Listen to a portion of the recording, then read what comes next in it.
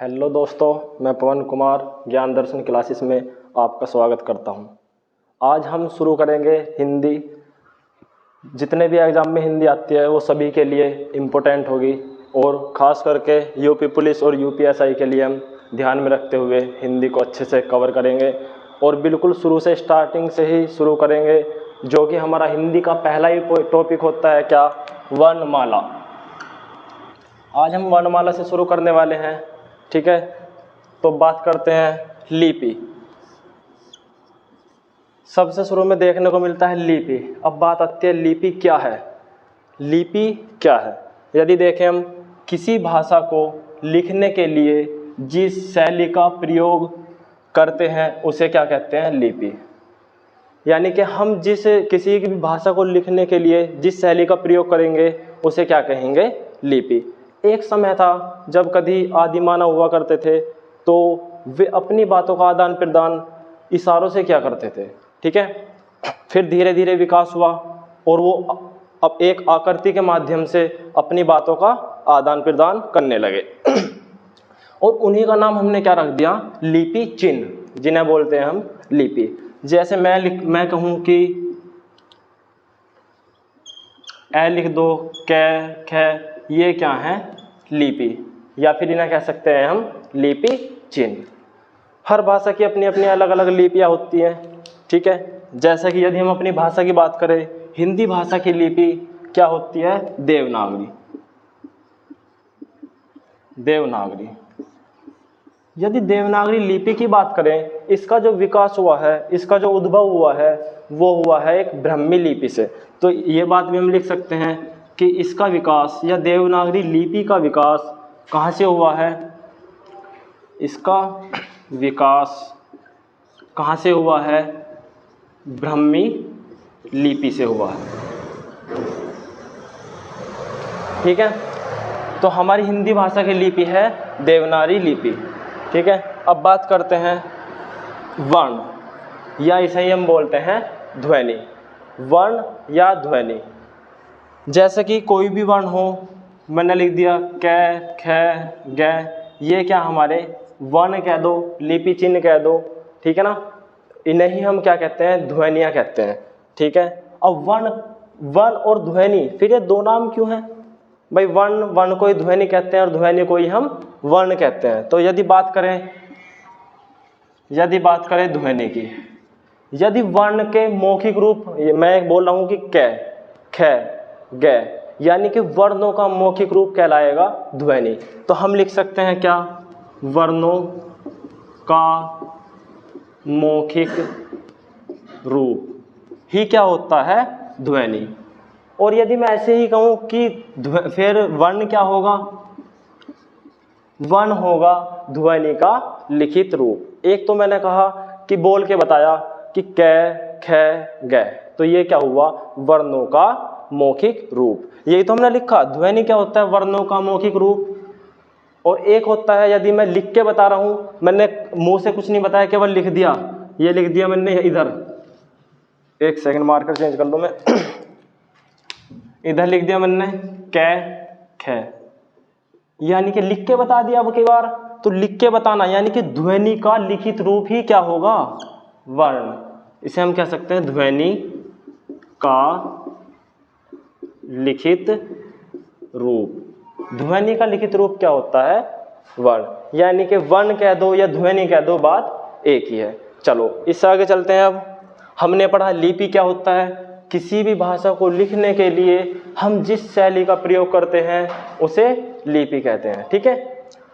इसके बाद हमने पढ़ा हिंदी भाषा की लिपि क्या है। हिंदी भाषा की लिपि है देवनागरी।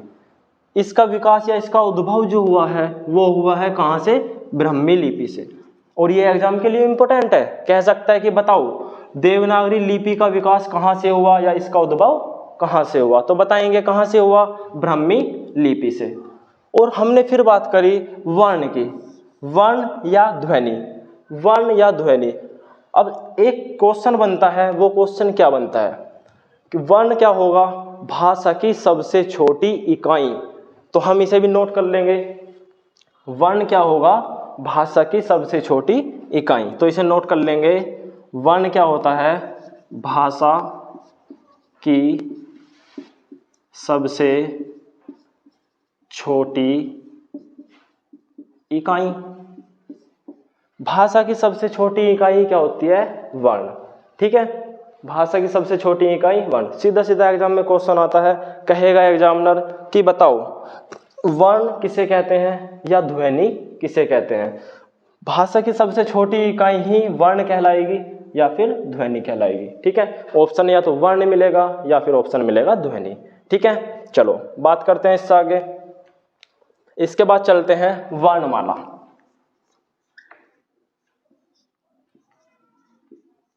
वर्णमाला। अब वर्णमाला क्या है? ये जो वर्ण पढ़े हमने, लिपियां पढ़ी, वर्ण पढ़े हैं, ध्वनि पढ़ी, यानी कि इन सभी को एक जगह रख दिया गया।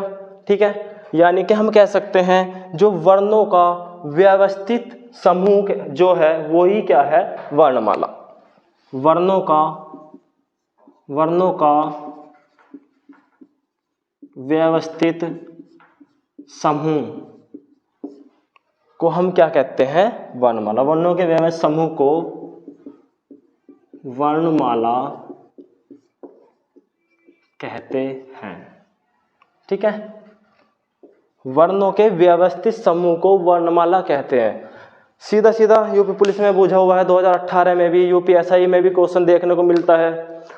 क्या क्वेश्चन था? सीधा कहा उसने कि वर्णमाला क्या है या वर्णमाला किसे कहते हैं। तो वर्णमाला तो हमें एक ऑप्शन में मिलेगा वर्णों का व्यवस्थित समूह। वर्णों के व्यवस्थित समूह को ही हम वर्णमाला कहते हैं।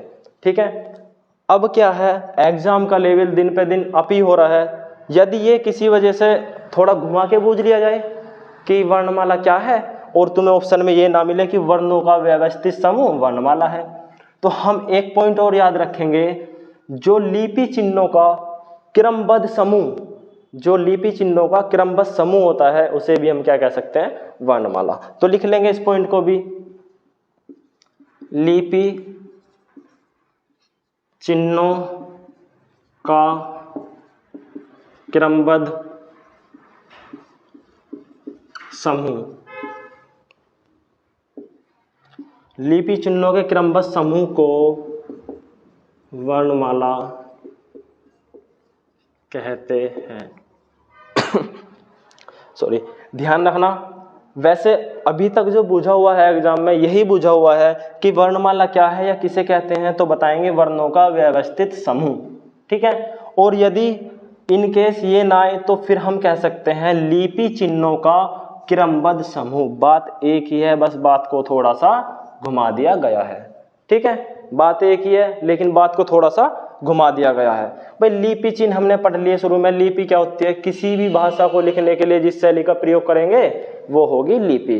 ठीक है, हमारी ये चिन्ह ही जो वर्ण जो है यही क्या है? लिपि। यानी कि जिस चिन्ह के माध्यम से हम किसी भी भाषा को पहचान पा रहे हैं। मैंने लिख दिया, एग्जाम्पल देखना, मैंने लिख दिया ABC, हमने चिन्ह देखे और बता दिया ये भाषा क्या है? अंग्रेजी। तो इसी माध्यम से कह सकते हैं हम, चिन्हों के माध्यम से हम जिस भाषा को भी पहचान रहे हैं वो ही चिन्ह क्या कहलाएंगे? लिपि चिन्ह। और हर भाषा की अपनी अपनी अलग अलग लिपियां रख दी गई। हमारी इम्पोर्टेंट क्या है? वो कहेगा हिंदी भाषा की लिपि क्या है? बता देंगे देवनागरी। इसका उद्भव या इसका विकास कहाँ से हुआ? बता देंगे ब्राह्मी लिपि से। ठीक है, और फिर कहेंगे कि वर्ण, वर्ण क्या होता है? भाषा की सबसे छोटी इकाई को ही हम क्या कहेंगे? वर्ण। भाषा की सबसे छोटी इकाई वर्ण होगी। इसे ही ध्वनि कहते हैं और इसे ही हम वर्ण कहते हैं। यदि वर्णों को मौखिक रूप दे दिया जाए तो वो कहलाएगा ध्वनि, और यदि ध्वनि को लिखित रूप दे दिया जाए वो कहलाएगा वर्ण। आशा करता हूं कि बहुत अच्छे समझ में आया होगा। चलो, फिर हमने वर्णमाला की बात करी। वर्णों के व्यवस्थित समूह को वर्णमाला कहते हैं, या फिर कहेंगे लिपि चिन्हों का क्रमबद्ध समूह को हम वर्णमाला कहते हैं। ठीक है, चलो एक बार स्क्रीनशॉट ले लो या पॉज करके लिख लेना। आगे चलते हैं। अभी हमने वर्णमाला के बारे में बात करी। वर्णमाला क्या है? वर्णों का एक व्यवस्थित समूह। अब बात करते हैं कि हिंदी में कुल वर्णों की कितनी संख्या है। हिंदी में कुल वर्ण कितने हैं? 52। 52 कौन कौन से हैं? इसमें तो एक तो होते हैं स्वर जिनकी संख्या होती है 11, एक होते हैं व्यंजन जिनकी संख्या कितनी होती है 33, और एक होते हैं संयुक्त व्यंजन जिनकी संख्या होती है 4, और एक हम पढ़ेंगे क्या, उत्क्षिप्त व्यंजन जिनकी संख्या कितनी पढ़ेंगे 2, और एक होते हैं क्या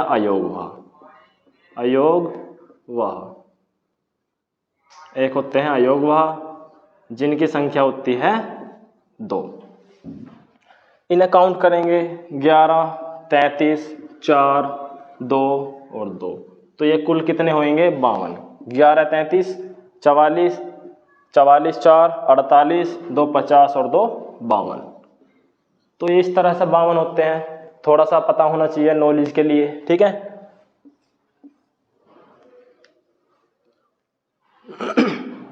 अब इनके बारे में एक एक के बारे में बात करेंगे कि स्वर क्या है, व्यंजन क्या है, संयुक्त व्यंजन क्या होते हैं, उत्क्षिप्त व्यंजन क्या होते हैं और अयोगवाह क्या होते हैं, ठीक है। तो पहला ही हम पॉइंट डालते हैं क्या, वर्णों के भेद, ठीक है।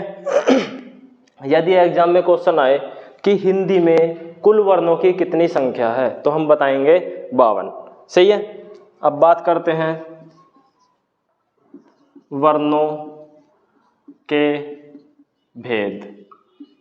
वर्णों के भेद कितने होते हैं, वर्णों के भेद होते हैं भैया 2। वर्णों कितने भेद होते हैं 2। अब हो सकता है एग्जामिनर इसी बात को थोड़ा घुमा के बूझ ले, वो कैसे, कहे कि प्रयोग के आधार पर वर्णों के कितने भेद होंगे, तो हमें 2 ही बताने हैं। चाहे वो कहे कि मात्रा के आधार पर वर्णों के भेद कितने होंगे, तो भी हमें 2 ही बताने हैं, और चाहे वो कहे कि उत्पत्ति के आधार पर वर्णों के भेद कितने होंगे, तो भी हमें 2 ही बताने हैं। तो ध्यान रखेंगे वर्णों के भेद जब भी पूछेगा कितने होंगे 2। अब वे 2 वर्णों के भेद कौन कौन से हैं, एक तो होता है स्वर और एक होता है व्यंजन। एक होता है स्वर और एक होता है व्यंजन, ठीक है। एक होगा स्वर और एक होगा व्यंजन। अब स्वर क्या होते हैं और व्यंजन क्या होते हैं, इनके बारे में एक एक करके हम बहुत अच्छे से इसके बारे में जानेंगे। फिलहाल स्वर क्या होते हैं, जिन्हें बोलने के लिए मतलब जिन्हें बोलने में स्वतंत्रता हो, ठीक है, या जिन्हें बोलने के लिए हमें किसी के सहारे की जरूरत न हो, ठीक है। या हम कह सकते हैं वे वर्ण जिन्हें स्वतंत्र रूप से बोला जाता है, वे वर्ण जिन्हें स्वतंत्र रूप से बोला जाता है। जिन वर्णों को स्वतंत्र रूप से बोला जाता है वही क्या होते हैं, स्वर। हालांकि सभी को पता होगा, जैसे कि ए हुआ, ई, उ, ए, इस तरह से, ठीक है। अब बात करते हैं व्यंजन क्या है। व्यंजन जो है, इन्हें बोलने के लिए हमें स्वर की सहायता लेनी पड़ती है, ठीक है। तो ध्यान रखेंगे जिन वर्णों को बोलने के लिए स्वर की सहायता लेनी पड़े उन्हें क्या कहेंगे, व्यंजन। तो लिख लेंगे इसमें, इन्हें बोलने के लिए स्वर की सहायता लेनी पड़ती है। इन्हें बोलने के लिए स्वरों की सहायता लेनी पड़ती है। इन्हें बोलने के लिए स्वरों की सहायता लेनी पड़ती है, ठीक है। यदि मैं एग्जाम्पल लेता हूँ तो ये कै हुआ, ख, ग, इस तरह से।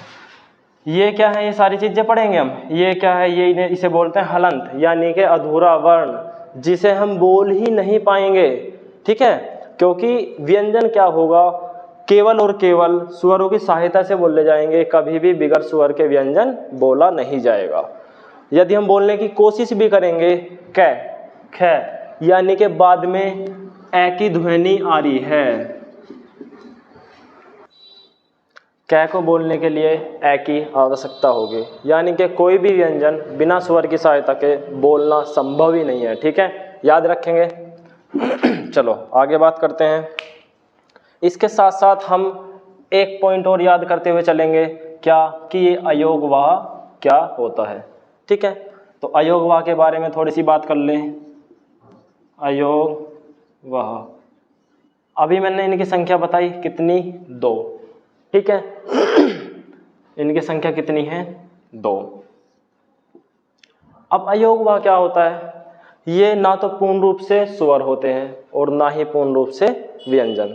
तो ध्यान रखेंगे, ये न तो पूर्ण रूप से स्वर होते हैं और न ही पूर्ण रूप से व्यंजन, यानी कि ये कभी स्वर की तरह कार्य करेंगे, कभी व्यंजन की तरह। ठीक है, तो ये ना ही पूर्ण रूप से स्वर होंगे और ना ही पूर्ण रूप से व्यंजन। तो हमारे कौन से अयोगवाह हैं देखेंगे जरा, एक तो अंगा और एक